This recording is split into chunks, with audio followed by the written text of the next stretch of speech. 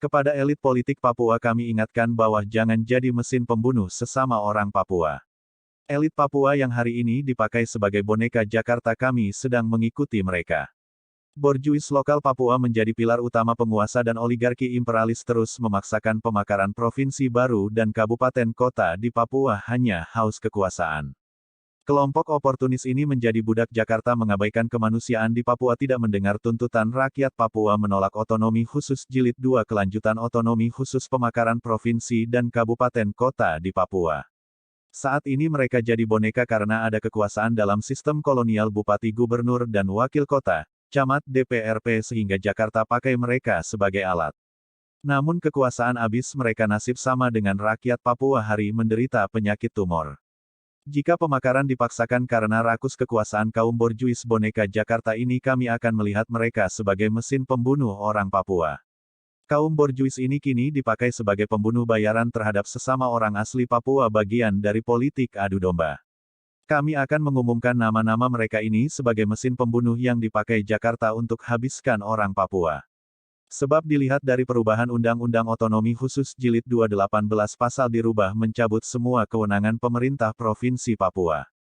Pemerintahan Provinsi Papua dan Papua Barat kewenangan dicabut dan secara tidak langsung tidak ada pemerintah sipil di Papua dan hari ini pemerintahan provinsi dikendalikan Jakarta.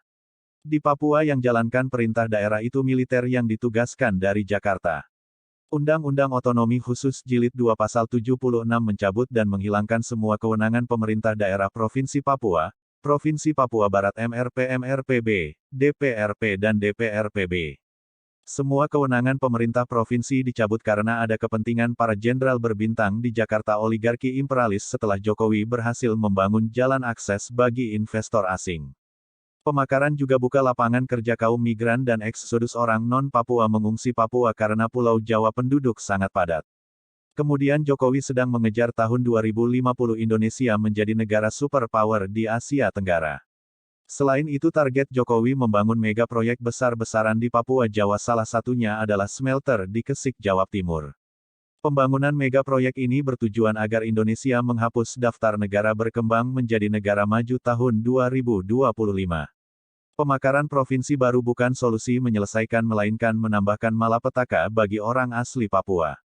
Sebab pemekaran akan melegalkan investasi, eksploitasi dan dampaknya ekosida genosida terhadap orang Papua dan alam Papua.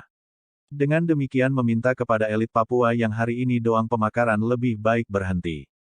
Sebab mereka ini akan menjadi musuh rakyat Papua. Mereka ini mesin penggerak di lapangan mensukseskan semua program kepentingan investasi imperialis dan mempercepat proses pemusnahan orang Papua.